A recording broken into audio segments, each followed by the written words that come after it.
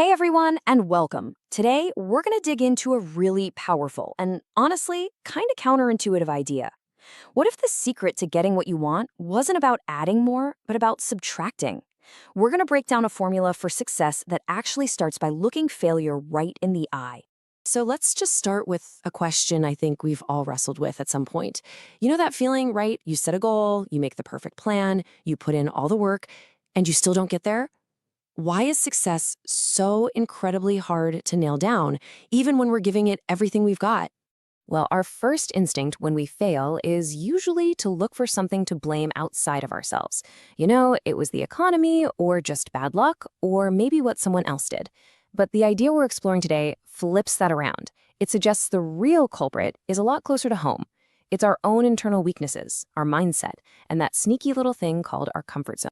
And that brings us to our first big idea here, the enemy within. Because really, before we can ever hope to build a road to success, we've got to figure out what's been blocking the path in the first place. Here's the absolute key takeaway. Look, external stuff happens, for sure, but most of that is totally out of our control. Our own internal world, though, that's the one place where we actually have some power. Our weaknesses become the biggest hurdles because they're the only hurdles we can truly see, face, and actually do something about. Now, when we do fail, most of us tend to go down one of two roads. On one side, you've got the defeated.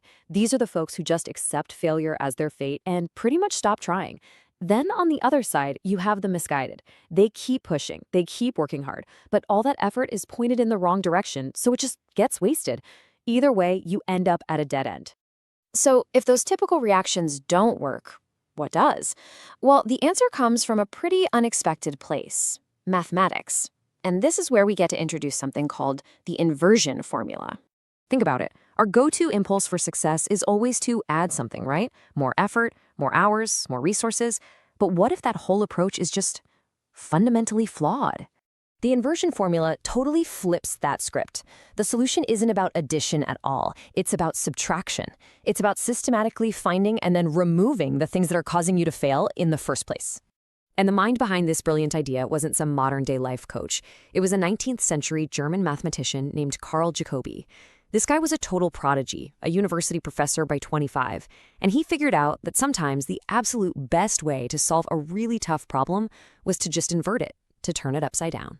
So what is inversion, really?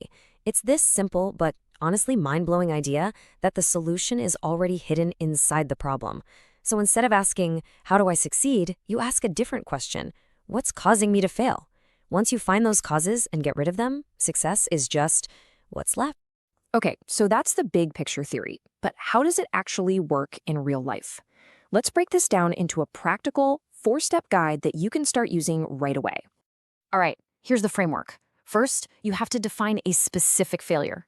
Don't be vague, like, I'm just bad with money. No, get specific. I failed to save any money last month. Second, you analyze the cause, and you have to be brutally honest. Maybe you ate out 15 times. Third, and this is the tough one, you identify the internal weakness behind it. Maybe that impulse to eat out comes from a need for instant gratification. And finally, step 4, eliminate that cause. You actively fight against that impulse by, say, planning your meals for the week and deleting the food delivery apps from your phone. Now, let's be real for a second. Those last 2 steps, identifying your own weakness and then fighting it, that's not easy, not at all. It means you have to be willing to step way outside your comfort zone. That's the real price for making progress. And what is that price exactly? It all comes down to one single requirement.